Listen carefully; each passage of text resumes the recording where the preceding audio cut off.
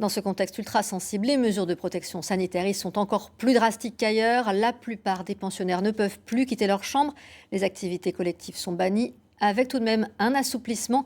Emmanuel Macron a annoncé que les familles pourraient visiter les patients en fin de vie.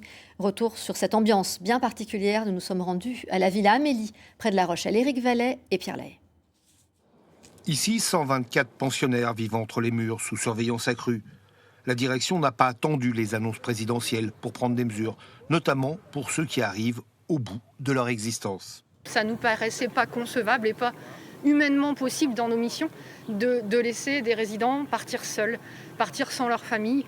Alors on a fait le choix de proposer aux familles des dérogations avec un cadre assez strict sur les mesures de prévention.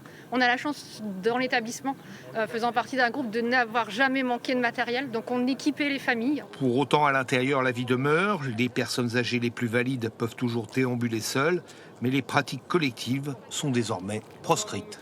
Les gens âgés, ils aimaient bien quand on avait des réunions, il y a plusieurs salles ici, pour faire des réunions, tout un tas de trucs, mais là, on ne peut plus en ce moment.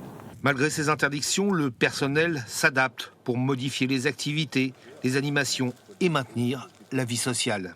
On a réinventé l'animation collective en mettant en fait une sono dans le couloir et chaque résident se place devant sa porte pour faire par exemple de la gym douce, un loto, un quiz, revue de presse, etc.